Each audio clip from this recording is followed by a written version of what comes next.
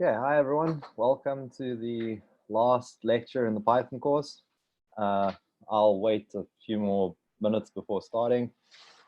Initially for this lecture, I was going to do a worked example, but an hour and a half is not really enough time to cover something in as much depth as I'd have liked. So instead, I thought it would be worth our while to just go back to where we started and go over everything again from the beginning. And this time I'm not going to use VS Code to do that. I'm going to do it all in the terminal and show you that, VS Code is just an app that allows you to do things. There are lots of ways of doing the same things. So to get started, you can open the terminal if you're on a Mac. If you're on the Windows computer, you can open a PowerShell, the Anaconda prompt PowerShell. If you search the start menu, that should come up. So I'm just going to open the terminal. And yeah, so my terminal might look slightly different to yours just because I've got other things added on. Don't worry too much about that. So the first thing is let's go over some general navigation. So ls on a Mac is going to give you a list of all your files. I think in PowerShell, that'll probably give you pretty much the same result. So I'm just going to navigate to my desktop, which is there. So to do that, we use cd, which stands for change directory. And we can then type desktop. On Windows, I don't know if it links directly to your desktop from the PowerShell. You could try to tilde/desktop. So all that the tilde stands for is that's your home directory. So every user on a computer has their own home directory, and that tilde is just shorthand for the path to your home directory. So if we go to the desktop, we can then make a new directory. So to do that, we use mkdir. Once again, I know how to do these things on Mac. I don't work on Windows very much. I think it might be the same command. I'm not entirely sure. So mkdir means make directory, and we need to give it a name for the folder. So I'm just going to call this last lecture. So if we run that, you'll see we're still on the desktop. And if we now do ls, you'll see that over here, we now have a last lecture folder, and we can then cd into that folder.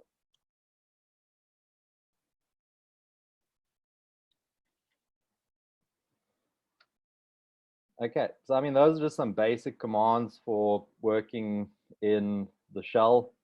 In the fall, I am going to be giving some more detailed lectures on how to work with the shell, because if you want to start working on the HPC, like Big Purple and things like that, it's all done through the shell. So you need to have a fairly good understanding of how to do everything in the shell. What is worth knowing, though, is that anything you can do with your mouse on your computer, you can do through the shell. And often it's much faster to do it in the shell. So it's worth taking the time to actually learn how to use the shell well. Just know that some things that you can do can be pretty destructive. So for example, like rm will remove things. And if you give it a / like that, it can remove everything on your computer. So just be aware that, think about what you're doing when you're using some commands. But yeah, just learn what they do, and then you're not going to make mistakes like that. So now we're in this last lecture directory. The next thing we might want to do is create a new Condo environment. So we've only made one environment, but we've used Condo a fair amount. So Condo is a package manager that allows you to install a bunch of different packages, and it manages the versions for all of those packages. So we can say Condo create because we want to create a new environment, and then -n because we're naming the environment. And then the name, you can just call this, I'm just going to go nah, it's a bad name. I'm just going to go last lecture. Generally, I like to give short names, but I'll just give it a longer name. So in this case, when you do this command, you can specify all the packages you'd like to install. So we could go Python is equal to 3.7 and Jupyter and NumPy. So just putting a space in between all the package names will create the environment and install all the packages into that environment. But I'm not going to do that now. I'm just going to create the environment so we can see how this works. So if we create the environment, Condo is going to go look online to see. So the way Condo works is there are a bunch of different repositories online, and it looks through them for the packages that are required. And this is now telling us what is going to get installed. Generally, this says, oh, so I think normally I specify Python at least when I'm doing this. And in this case, I'm not. So it's going to be interesting to see what actually happens. So generally, if you say Python is equal to 3.7, it'll give you a list of what version of Python and what packages for Python are going to get installed. I didn't specify that. So this is just installing some version of Python. We don't know what it is. We'll see when we activate the environment. So now that you have created the environment, it gives you the commands to activate. So Condo activate, the lecture name, Condo deactivate to deactivate an active environment. It could be an empty environment. I've never done it. So that's why I'm going to have a look now once I activate it. And then if we just say Condo list, it's going to list, yeah. So I mean, this just makes an empty environment, which, yeah, I mean, in some cases you might want. So there's nothing installed. What we want is we want Python. So we can then install Python into this environment. So we can say Condo install Python equals 3.7. So this will then install Python 3.7 into our active environment. It might tell you which environment's active to the left of your prompt, just because of the way mine's set up, it says it over here. So this is going to, you first need to activate your environment before installing things into it, or else you need to use the Condo install with the -n flag to specify the environment. I generally like to just activate the environment because it makes the command shorter, and you also know what you're working with in that case. So this is now looking online in the repositories, and it's finding all of our versions of everything. So these are the basic packages that Python needs to run. So anytime you use Python, it has to have pretty much these, and they all serve different purposes. CondoForge is the name of one of the repositories. So this, anyone can put packages onto CondoForge, and generally you have different types of packages. So because I'm on Mac, it's installing the OS X version, but some packages will work on most operating systems. I think those are called no arch, but generally this differs depending on what operating system you're using. Just Condo will generally be able to figure out what you need and install the correct packages for you. So once you're happy with what packages are being installed, you can just say yes to install them. And this will then download and install all those packages.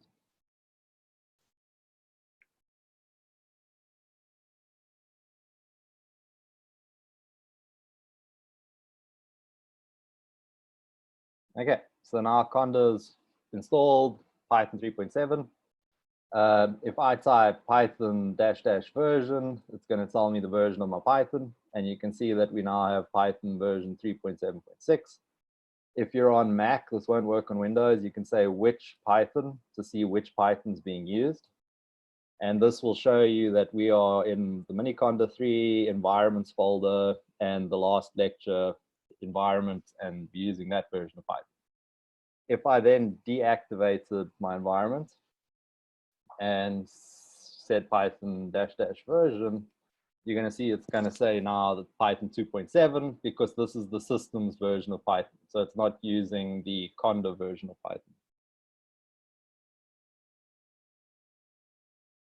So an environment's like a separate encapsulation where you have your own versions of packages. So like we've just set up now, this is just a separate area of your computer where you can install versions of programs. So we install Python 3.7 into this environment, but like I just showed, our system's using Python 2.7. And one of the reasons you'd want to do this is when you start developing packages, dependencies become a very big issue. So you've written your entire package to use NumPy version 1.2.0, and you get to the end of building your package and the new version of NumPy, something doesn't work quite the same anymore. So if you upgrade NumPy, your package will no longer work. So this kind of keeps everything the same. And then if you wanted someone else to use your package, you know exactly what versions of packages you need, and you can tell them what the versions are. So the main reason is that it acts as a separate closed off environment where you can have different versions of packages specific for the project you're working on. If you're doing data analysis, generally it's fine to just have one environment that you do all your data analysis in. When you start making your own tool, then you should start thinking about having a separate environment just for that tool. So now, if we wanted to see what environments we have, we can say conda env list. So conda being the command, env telling it what subcommand we'd like to run, list saying we'd like to list packages. And I've got lots of different environments. And you'll see the last lecture environments here. This little asterisk tells you which environment is currently active. So this is saying that the base environment is currently active. We can then run conda activate last lecture to reactivate that environment. And if we run the conda env list again, it's going to then show us that we are now in this environment. So what's pretty common to do is to use Jupyter. So the way we can do that is we can conda install, okay, before we do that, let's say conda list. So if we run conda list, this lists all the packages that are installed in our current environment. So you can see we've got all these Python packages that are required by Python, but we don't have any Jupyter. So if we try to run Jupyter, it's going to give us a command not found error because it doesn't know where Jupyter is, because this environment doesn't have it. So we can then say conda install Jupyter, and this will then install all the packages for the Jupyter notebooks, which, I mean, Jupyter needs quite a lot of packages to run. So this lists all the packages that it needs. And if we install that, it will install all of them. And yeah, this sometimes can take a while, depending on your internet connection and your computer.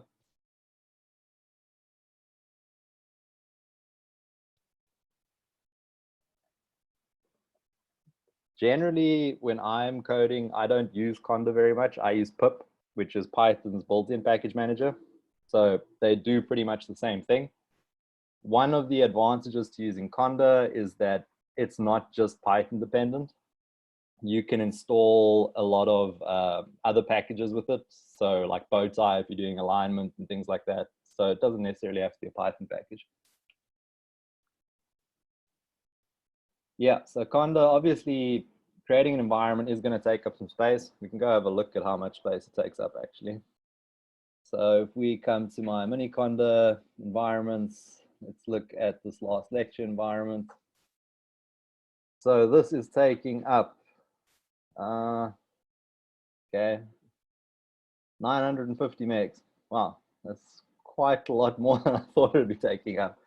Yeah, so this is another reason I like using pip, because it's much, or is this, yeah, this is just, oh wow, okay. So conda, Jupyter apparently takes up quite a lot of space. I've never actually looked at this before.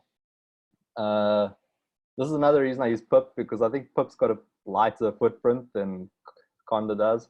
But anyway, now if we type conda list, we can see now that we have got the Jupyter package installed.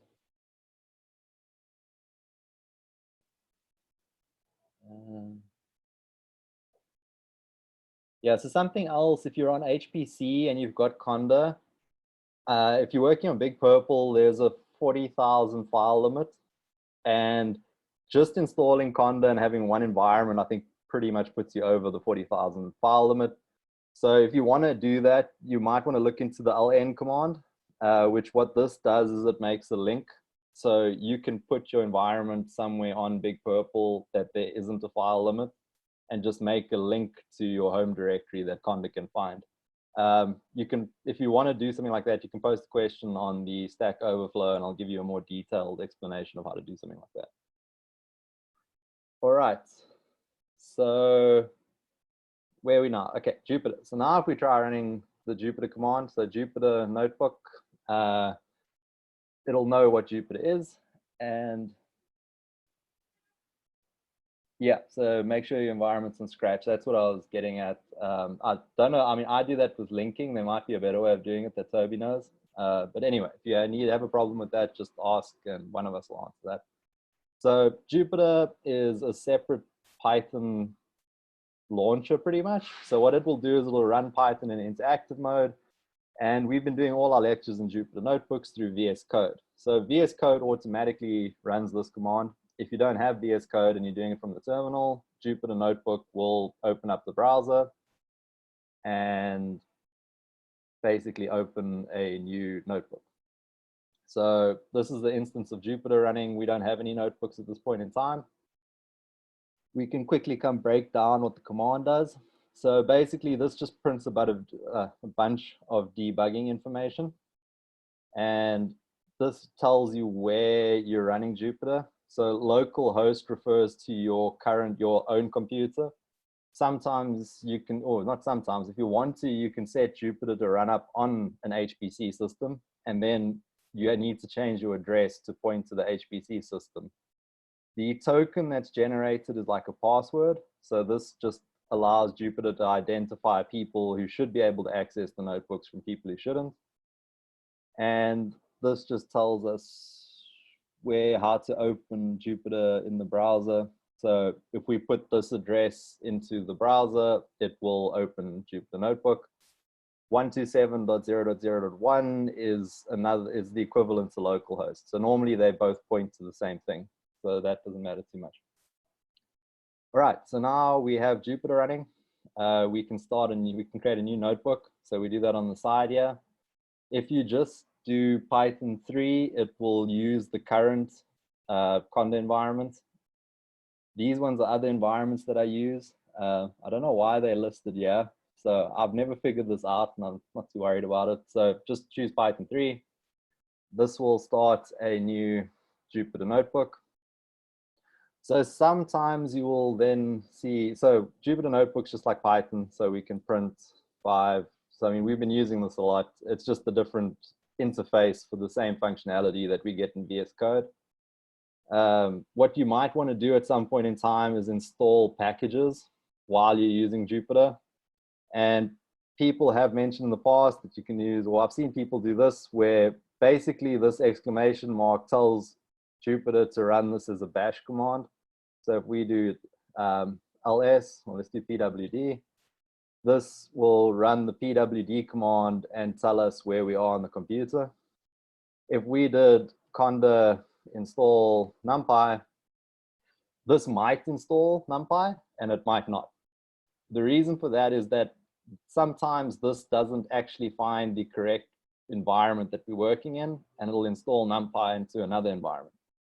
And when reading up on this, I found something I didn't know, which was there is a magic command. So magic commands always start with the % sign, and these are specific for interactive Python. So this should install numpy into the currently active Condo environment. I've never tried this, so let's see if it actually works. Okay, it's looking promising.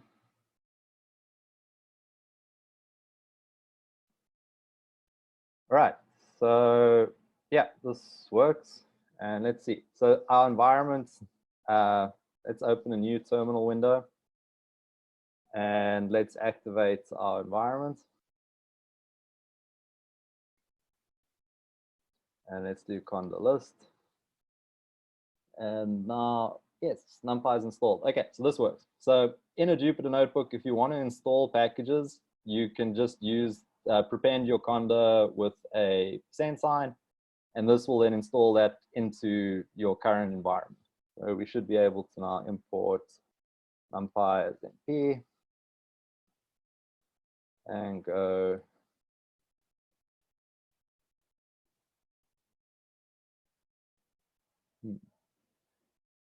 dot normal. Okay, yeah, so this works. This is good to know. because generally it's quite a pain when you're in your notebook and you see you're missing a package. You have to go either start a terminal in Jupyter or go back to your other terminal and make a new one like I did here to install the package.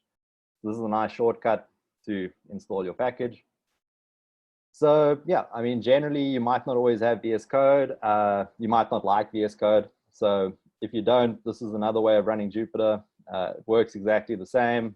You have your Python cells.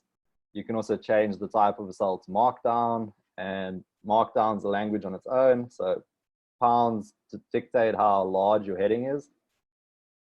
So this is heading 2. If we had 1, it would be heading 1, and so on. And this just allows you to put some text and images and figures in your notebooks to make them more descriptive of what's going on. Okay, so we've now looked at creating an environment, getting Jupyter running. I'm just gonna stop Jupyter. So the way you stop Jupyter, so yeah, Jupyter's running, is you push Control-C. I think it tells you, yeah, how to do it. So use Control-C to stop. And this is going to ask you then, do you want to shut it down? If you ignore this for too long, it just keeps running. So you see, it'll just start again. So push yes, enter. It'll then shut down Jupyter Notebook and return you back to the prompt once everything's shut down correctly.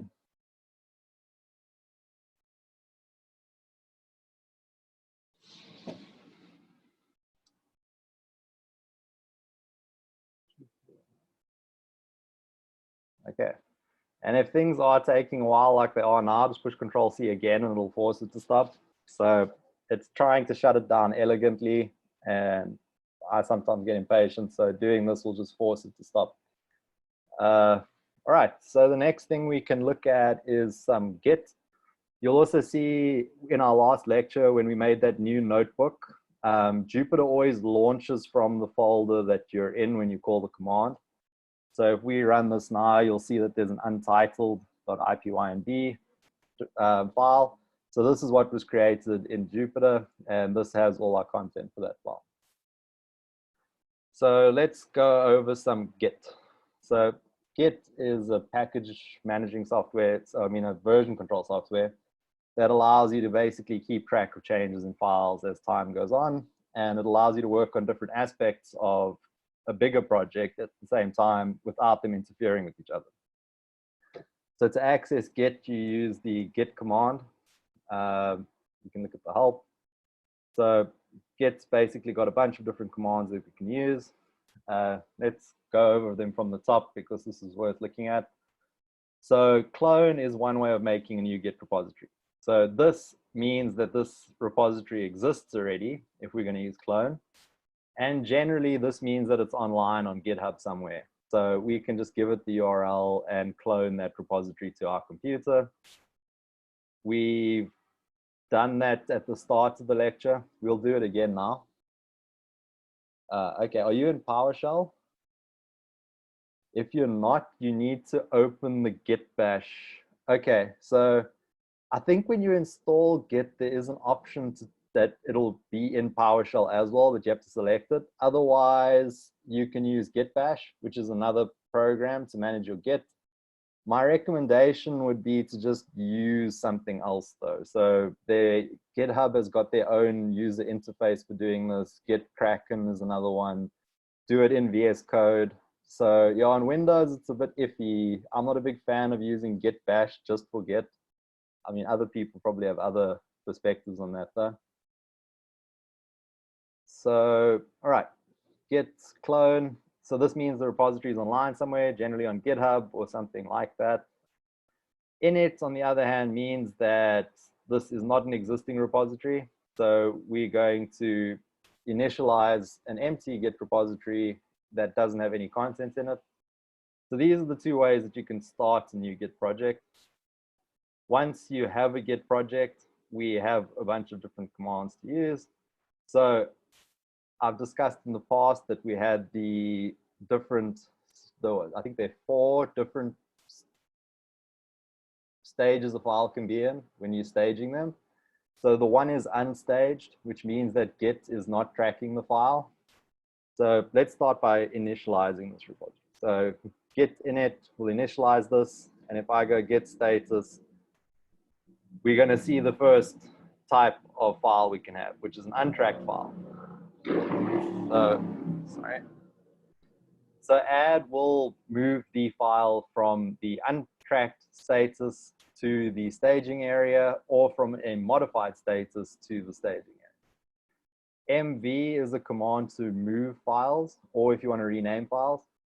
Generally use git's MV over the system's MV, because using the system MV command can actually break the history of the file. So this is a bit of an advanced topic, but just use git MV if you want to rename a file, move a file, and you're not going to have any, like, you're not going to have two files in your history for git at the same time. Restore will restore files, and RM will remove files from your working tree. Okay. So, I mean, those are the only commands I'm really going to go. I'll go over some of these as well, but for now, let's just have a look at what our repository looks like.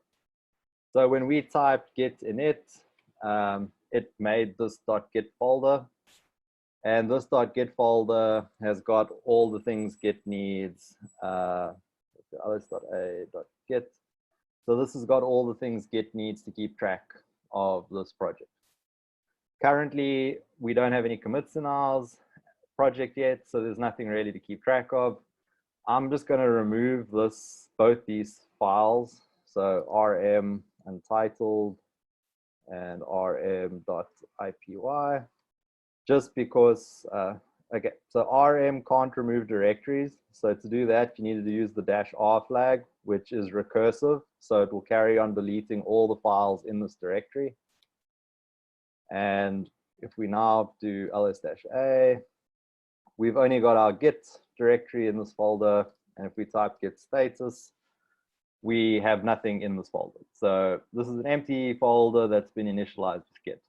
So now let us track some files, make some changes, work with branches. So like do some general git things so we can kind of get the hang of what they're doing and what they mean. Now that you have a bit more experience with git, this should make a bit more sense, hopefully. So the first thing we can do is make a new file. How do I do that? Okay, so I don't know if this will work. This definitely won't work on Windows. I apologize for that. So if you're on Windows, rather just watch what I'm doing. The reason this won't work is because Windows uses in the past, I've had errors where you do commands like this. What happens is it uses UTF-16, which is a type of character encoding, and that breaks certain things. And there's a way around it, but I can't remember how to do it offhand. So for now, I'm just going to echo some text. So what echo will do is it will print things to the terminal. So if I say echo test, it's just like print in Python, it'll print the output. What we can then do is tell it to put this into a file. So we can call this test.txt. So this means run this command, take the result and put it into this file, and overwrite any content that's in this file. So if we have a look in that file, so if cat prints the contents of files, so if we cat test.txt, you can see that this file has got test in it. I can open this in Vim as well, just so you can see as well. So Vim is a terminal-based text editor, so you can see that this has got test in the file. And command :Q is used to quit Vim. Exclamation mark means quit without saving if you ever get stuck in Vim. So now if we run that echo command again and we cat the file, okay, so this is actually what I wanted to check. So if you have two of these signs, it means append to the file. And if you have one of them, it means write to the beginning of the file, I think. Let's just see what happens. Yeah, so a single crocodile greater than symbol will write to the file and overwrite any data that exists. Two of them will append to the end of the file. So that's worth knowing, but for now it doesn't really matter too much. So we have this test.txt. If we look at the results, we can see that there's just test in that file. And if we run git status, we will see that we have the untracked file test.txt. And the next thing we might want to do is add this file. So yeah, Git tells us how to do that. So we can say git add test.txt. Test.txt. So this will add just that file. And now if we look at git status, it's going to say that we have some changes that are ready to be committed. So there's a new file called test.txt, and it is in the staged area. So it's change that's ready to be committed. And if we want to unstage the file, we can use git rm, this command, to unstage this file and put it back into an untracked state. So now we can make some more changes to that file. So let's run that echo command again. So let's say test2 in this case. And let's look at that file. So now we have test on the first line, test2 on the second line. And if we look at the git status, you're going to see that we've got a bunch of different things going on now. So we've got changes to be committed, which is new file. So this is the new file we've added. But then we still have some unstaged changes to this file. So this file is currently in a modified state. So modified and untracked are both stages that a file can be in, where if we add them, they will get moved to the staging area. So we can then run the git add again to move our new changes to the staging area. And we can run git status. So now we've still got our new file and there are no modifications to this file. So eventually you're going to get to a point where you're happy with where your file is, and you now want to save a snapshot of what this file looks like. So that's the committing process.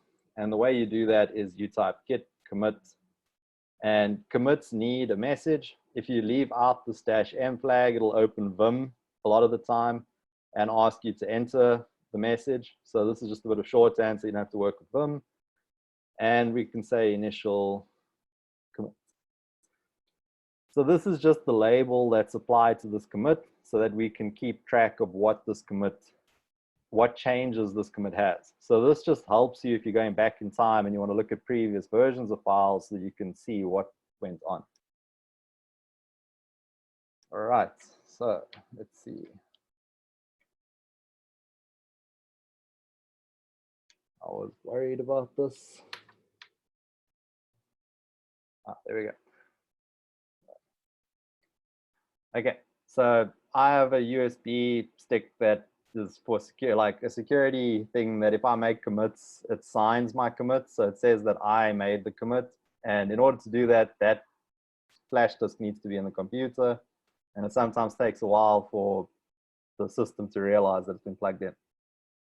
So now you'll see we've committed our, we've made our commit. It's told us then what's gone on. So it's made the initial commit, and in this commit, we have one file that changed and there are two new insertions. So the two new insertions are 2 lines, and this is just saying that it created the file. If we now look at the git status, we're on the master branch, there's nothing to commit, and our working tree is clean. So everything is up to date in terms of what the commits have. Then we can type git, let's see, I can't remember. I want to see the git history. I think there's a command to do that.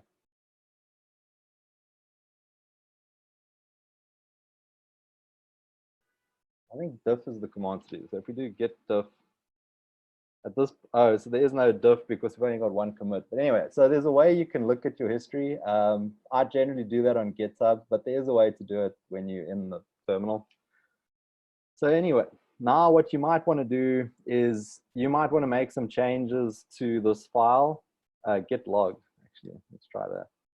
Yeah, git log is probably what I was looking at. So git log tells you what different commits you have and where you are currently in terms of the commits and things like that. And you can just push Q to quit that if you open it. Okay, so the next thing we might want to do is we might want to make a new branch to make some changes to our file.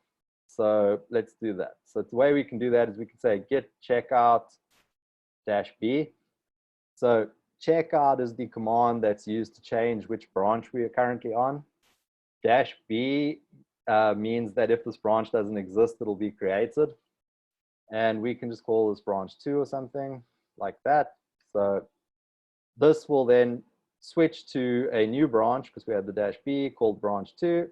And if we type git status, you'll see that instead of being on master, we're now on branch 2. And something else that's worth knowing is that when you make a new branch, it copies the versions of the files from the branch that you were currently on. So we were on the master branch, which had a test.txt file. So if we print the contents of that file, you're going to see that it looks the same as it did when we were on the master branch. So now that we're on our branch 2, we can make another change. So let's do the echo, and let's say branch 2 change. So this is just that we can track what change was made. So we're putting another line on this file, which says branch 2 change. And if we look at that file now, we can see that it's got this extra line at the end of it. And if we look at the status, we can see that this file's now been modified. So we need to save a commit to this. So at this point in time, say we wanted to go back to master branch to do something else. If we tried to check out master, it should tell us, okay. Okay, normally I don't do things this way. So I thought it would give us an error saying that we had uncommitted changes. So this seems to work. So I think because we hadn't added any changes, maybe it let us change the branch. Let's go have a look. So if we check out branch 2 again and add the change first. So now we've got changes that are staged. I think maybe we'll still be able to change the branch. Yeah, we can still change the branch. So, I mean, Git's a very finicky thing, and I work with it a fair amount, but I still, like, there's some things that surprise me. So sometimes you won't be able to change branches because you have changes. Sometimes you will. This is just things that you'll pick up when you're going. This also shows not to try and make a point while you're in the middle of a lecture. But anyway, we'll go back to branch 2. So I want to make these changes to branch 2 so they're not on the master branch. So then we can go git commit -m branch 2 change and git status. So we're currently on branch 2 and everything's up to date. If we look at the contents of this file, we can see that it's got our branch 2 change to it. Now, if we check out the master branch again, and so now if we run git status, it's going to be on the master branch, and we have nothing to commit, and we have nothing to change. And if we look at the test file, you'll see that it doesn't have the branch 2 change. So now we have got 2 different versions of this test.txt file. One version is in the master branch, and one version is in the branch 2 branch. So this just allows us to work on different parts of different files. And in the end, once we're happy with the changes we've made, we can then merge those changes into another branch. So the way we do that is you always merge into a branch. So always be on the branch that you want to incorporate the changes into. And then you can just run git merge and the name of the branch. So this will take all the changes to branch 2 and merge them into the master branch. And now if we look at our git status, it's going to tell us that we're on the master branch and there's nothing to commit, everything's fine. And if we look at that file again, you'll see now that we've got the branch 2 change in our master file. So that's how you take your changes from another branch and merge them into your master branch. So in the content for this course, what you might want to do is go through all the lecture branches and merge them all into your branch that has all your changes to your files. So this is how you would go about doing that. You could make a new branch called master. I mean, you could merge them into master. You could merge them into any branch you wanted to, and then just merge all of your lecture 11, 10, all of them into that branch. Something that might happen when you're doing this though, so let's go back to the branch 2. And then let's make a change to the file. So let's make change after merge. So now this branch has got a different version of test. So we've got branch 2, but the change after the merge. And let's add that and commit that.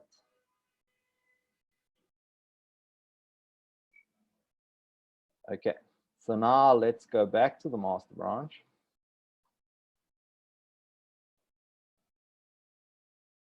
And let's look at our file.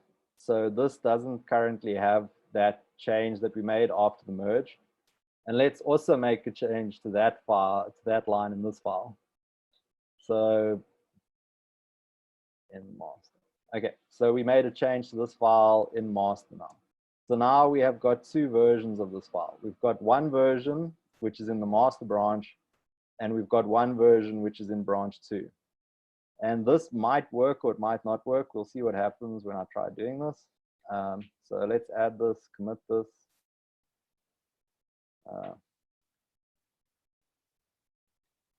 Okay, and then if we go git merge branch 2, so this might work, it might not work. What I'm trying to get is a merge conflict, and this might actually, yes. Okay, so I was worried that it wouldn't give me a merge conflict because sometimes it fixes these things. So because we had a change in these files on the same line, Git doesn't actually know which of these to keep. So we've got the branch 2 after merge in the branch 2 branch, and then we've got the branch 2 change in the master, and Git saying that it doesn't know which of these 2 versions of the file to keep. And if we type git status, it's going to then tell us that we have unmerged paths because they're conflicts. So the way we fix these is if we just run git commit, let's see. Normally I fix this from VS Code. So let's have a look what happens.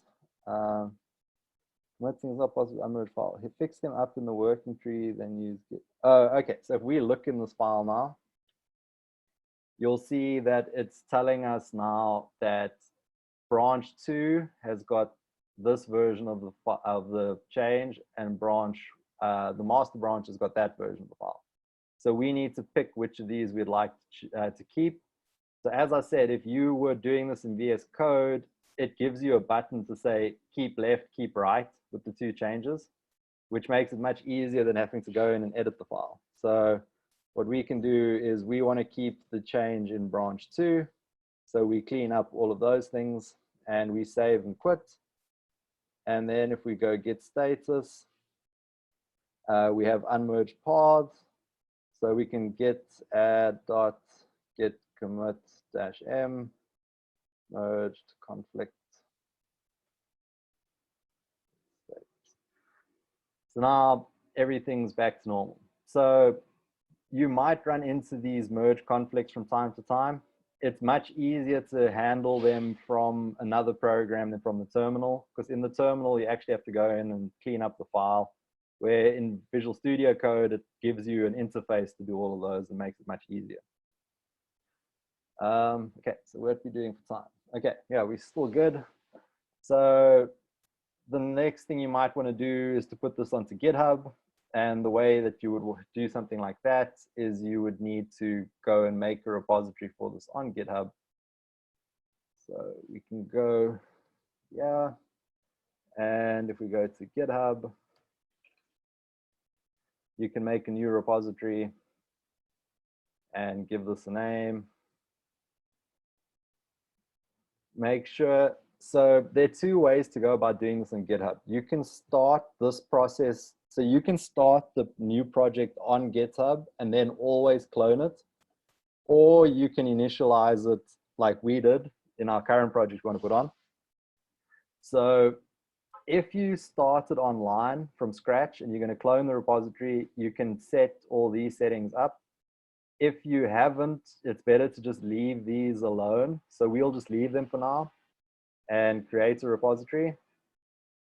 So the reason that you'd want to do that is if you initialize with the README, you're going to have files online that you don't have locally, and it's going to make it quite tricky to get everything working the first time. Whereas if this is just an empty repository online, it's much easier to just use this command to set everything up. So this is all, these two commands are the commands you do use to link a online repository to your local file system. So when this, let's just copy it and I'll explain it in the terminal. Okay, so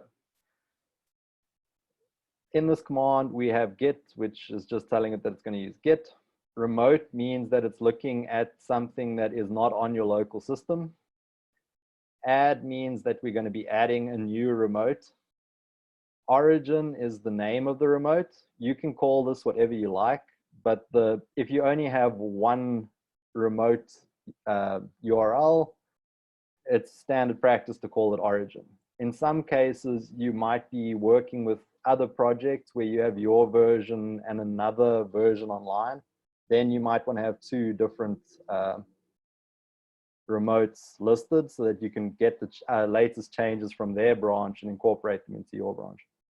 So this origin is then, this is the URL to use for origin. If we run that command, we can then type git remote-v, and this lists the remotes for our current repository. So we have origin for fetching and we have origin for pushing. So you can actually have different URLs for putting your code online versus getting your code. So this is used in what's called continuous integration. Sometimes this is used. So when you're pushing your code online, it first runs through a few checks before going into the repository. So it just allows you to set up more complicated pipelines for how your code moves around. You're generally not going to need to do that though. You can just use this command and leave it because that's going to set everything up correctly. So now that this is set up, we need to then put our changes online.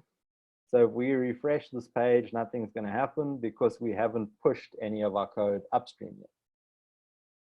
So this command is going to push our master branch on upstream. So what this is doing is it's going to push the -u stand is the shorthand for upstream. Origin is which remote it should push these changes to, and master is which branch it should push these changes to. So this is going to push our master branch to a master branch on the remote. This will then give you some information about how the files are being pushed upstream. And once it's finished, it'll tell you whether a new branch has been created and some debugging information. Then also tells you that branch master is set up to track the remote branch master. So now if we type git branch list, that probably made a new branch. So now if we list this, it's only showing us these branches. Wait, oh, --all is what I'm thinking of. Okay, so if we use the all flag, it's going to put the remote branches here. So any branch that starts with remotes is online somewhere. So this is our branch that's on GitHub. And this is our local master branch. And the asterisk means that this is the currently active branch. Now, if we go look on GitHub, if we refresh, you can see now we have our test.txt file, and it's keeping track of this file. So, I mean, that's just a quick crash course again on Git. It's worth setting up. One of the main reasons is computers crash all the time. And if you're putting your code online, it makes it really easy to get all your projects again. Also makes it really easy to share your code with other people. So if they're on GitHub, you can just send them, make them either collaborators if it's a private repo, or if it's public, just send them a link to this. It also has lots of other nice features on GitHub which you can use, such as tracking releases. So if you're making a package, every time you release a new version, it keeps a record of all the different versions for your program so people can install older versions of your software. Okay, so that's pretty much everything I'm going to cover in the terminal.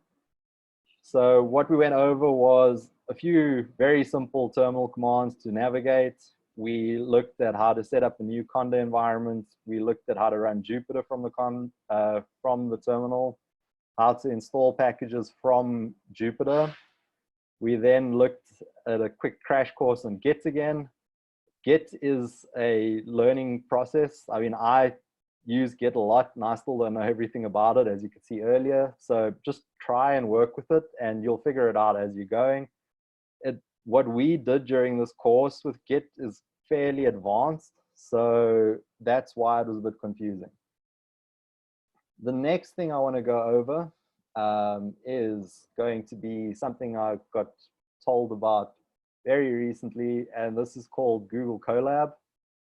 So Google Colab is Jupyter notebooks that run online through Google's platform. So you don't really need to have a powerful computer to run Google Colab. Let me try and close. I don't need to close any of those. So what you can do is go to collab.research.google.com, and this will then bring you to the home page. And on this page, you can do a bunch of different things. So they've got a default introduction to Collab. This is worth going through. It gives a whole bunch of extra commands on how Collab actually works. Let's make a new notebook though. So yeah, in the bottom corner, we can make a new notebook. And this will then start up a new, well, what is Jupyter, but Google's flavor of Jupyter. We can then go to, so something you might want to do in the future, and this is why this is so awesome, is you can go manage sessions, no, not sessions, we can go change runtime type, and you can actually get a GPU. So if you want to do some basic machine learning, you don't need to have a fancy computer, you can just use their system and get a GPU, which is really useful. But for now, we don't need to use a GPU, so we don't need to do anything like that. And if we just run, so if we just run this blank cell, it's going to start up Jupyter Notebook or Collab. And once it's running, it then gives us a breakdown of what resources we have over here. So we're using very little of the RAM we have available, and we're using very little of the disk space we have. So this is running on a cloud service, and we're just connecting to it. On the left-hand side here, we can look at the this folder to basically work with our files. So you can either upload files or you can connect your Google Drive.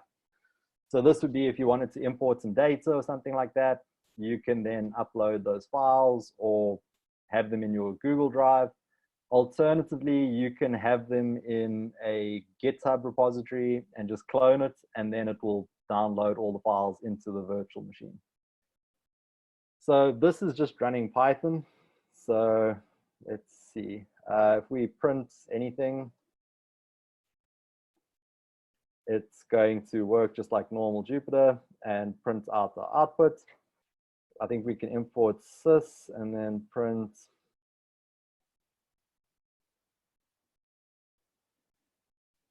That's not how to do this. Okay, I'm trying to see how to see the version of Python, and I thought it was version. Maybe it's not sys. Okay, let's actually look at help for sys. Maybe that'll tell us something. Okay. Anyway, it's not really important what I wanted to do. I just wanted to see what version of Python this was running, and I think it's running Python. There, it's just version. Okay, well, that's good to know. So we can then go print sys.version. And this is running Python 3.6.9, which is a fairly common version of Python. the moment it's 3.8, but that's still, some packages probably aren't updated to 3.8 yet. So using 3.6 is still a good idea. Something else with this is that most of the packages we have used in the course are installed by default. So we can just go import NumPy and it will import NumPy without having to install the package. So the standard data science stack is included with Collab by default. If you do need to install something, you can do what I said you shouldn't do earlier with the exclamation mark pip install. Trying to think of something that my PySam. So PySam is a Python module for reading BAM files. So this will download and install this package from pip's repository into our current environment.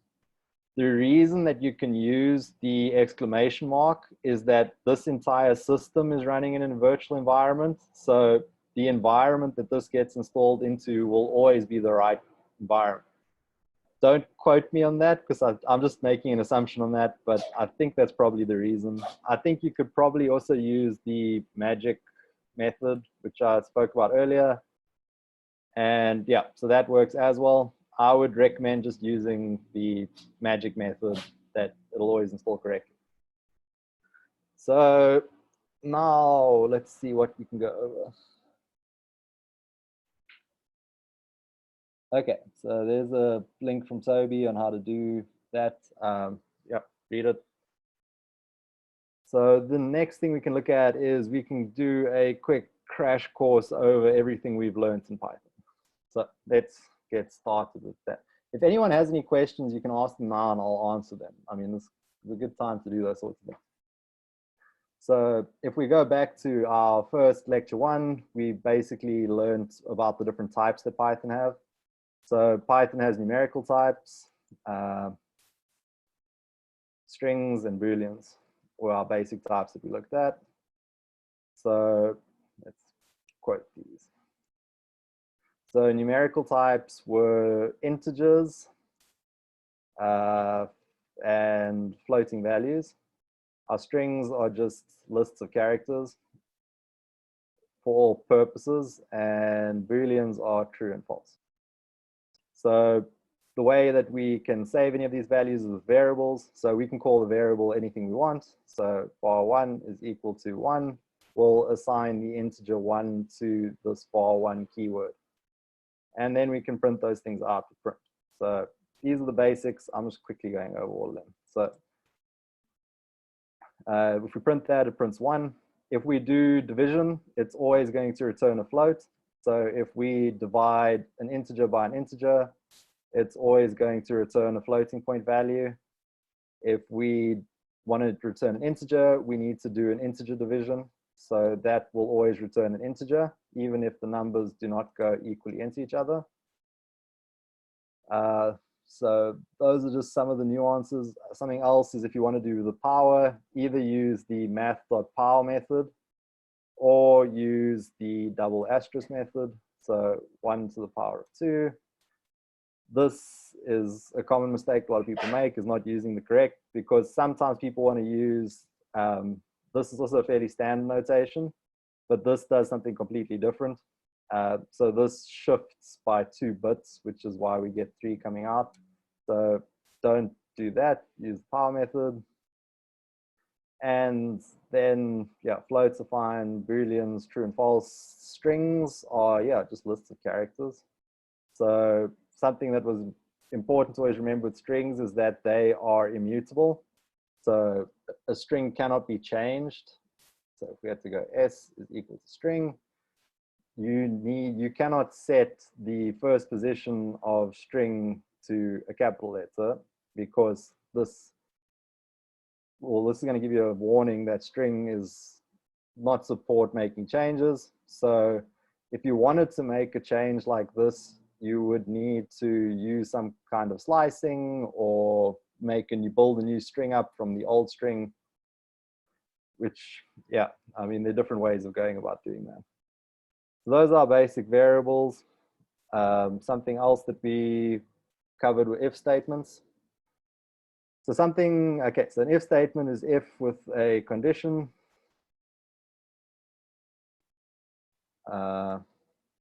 And then we indent and add any code that we're going to have.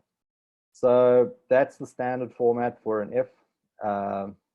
Something that we didn't quite cover, I don't think we covered this, which is a nice trick to know, is they're called inline if statements.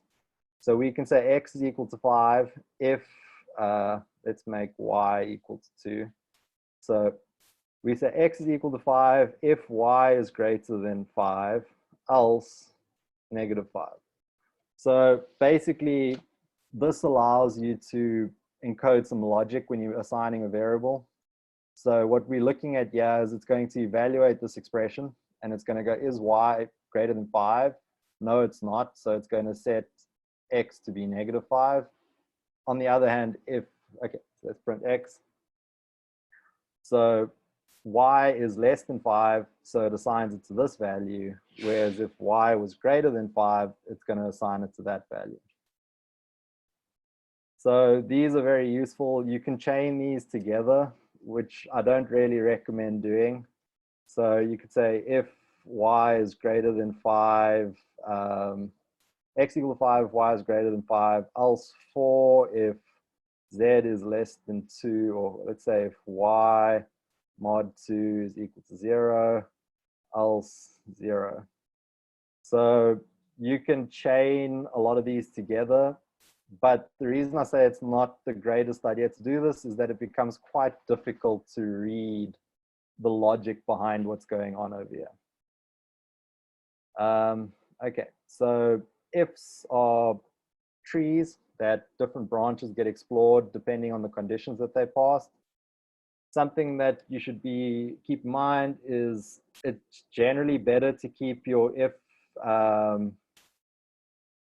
your if tree is at one level. It's not always possible, but generally it is. So what you could do is something like this: if condition 2, if condition 3, etc. So stacking your levels of indentation like this isn't always the greatest idea. So using something like if condition 1, and then how would we do this? So we'd go L if, okay, I need to think about this a bit, but yeah, I mean, generally you can represent stacked structures like this in a one-dimensional list, so with one level of indentation. I just can't think with this example how I would do that. Okay, but let's move on to the next thing we can look at, which is our looping. So in Python, there are two methods of looping. So you have got for loops and while loops. The reasons for the different, so the way where these are used generally is a for loop is if you know how many elements there are.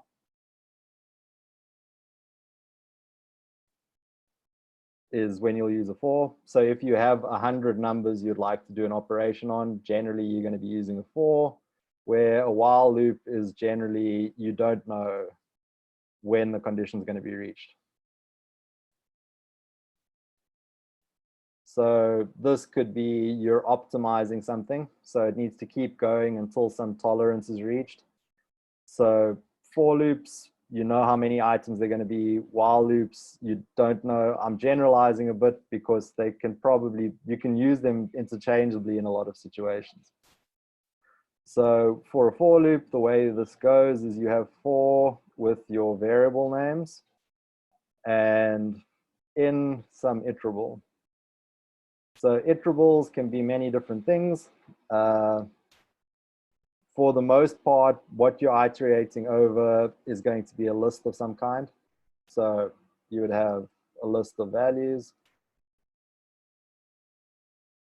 And you would then iterate over each of these values one at a time. Another case is if you had a range of numbers. So if we had to go x is equal to that, we can go for character in x, print the character. So sometimes you also want to just do something 10 times. So the way you would do that is generally with range. So we could then have range with the number of times we'd like to repeat this loop. So that's a fairly common practice as well. And both of these are fine ways of doing this. The next step, like stage of what's happening, is often you want to know which item you're currently looking at. And in those cases, you'll use enumerate. So enumerate returns a tuple with the index and the value of the item. So you need to unpack those into the two separate values in your loop. And let's get rid of that. So this will basically take each of these values and unpack the index of the value and the character at the value into these variables. Sometimes you might want to go over this list and not actually do anything with the value. All you care about is the index. So a common naming practice is to name those variables with an underscore. If you're using linters, if you don't use a variable, it'll sometimes give you warnings. Doing this will bypass those warnings because you're telling it that you don't actually care what this variable is. It's just a placeholder variable. Okay, so this prints our indexes for our list, which had 3 elements. So then a while loop. Generally, I like to think of while. There are 2 different structures for a while loop. So the one is while with a condition and then some code that you're executing. And this is generally where I would use something like this is if I don't always need to run this while loop. So this condition might be false from the beginning, and then this code is never going to be run. And the other option is we run while true. And this is when we always need our while loop to run. And the reason that you might always need the while loop to run is that you actually initialize your first case in this while loop. If you do something like this, you need to have a condition to break out of the loop. So that's, if you don't have this condition, you're going to have an infinite loop and it's just going to go on running forever. So these are the 2 different structures. Generally, they serve different purposes. I use this one more than I've actually used that in Python. Generally, a lot of what I'm doing isn't conditional on while. So I'm not looking for error tolerances and things like that. I'm mainly working with an existing data set and applying operations on known values. So I use for loops far more than I use while loops. Another type of iteration that we didn't actually cover during this course is recursive iteration. And the way this works, I'm gonna have to think of it. We would define a function with a value. And let's see, I haven't written a recursive function in a long time. So let's see if I can just write one. So we'd say we first need our exit condition. So if x is equal to 0, return false. Okay, let's say, or let's return x. Okay, just for now and see what this does. And then the other thing is if the exit condition hasn't been reached, let's call this recfunc. We then call recfunc with x minus 1. And let's print x before we do that. So the way recursive functions work is they're functions that call themselves. So in this case, what I'm trying to get at is if we pass this the number 10, it's going to count down to 0 and print the number every time it's counting down. Let's see what happens. Okay, so let's run this. So if I go recfunc and go 5, something small.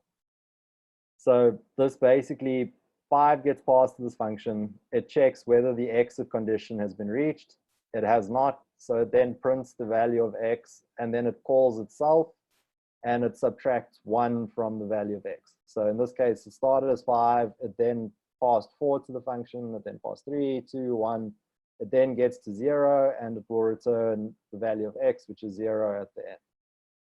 So recursive functions are often used because you can write certain things that you're doing in programming, certain algorithms.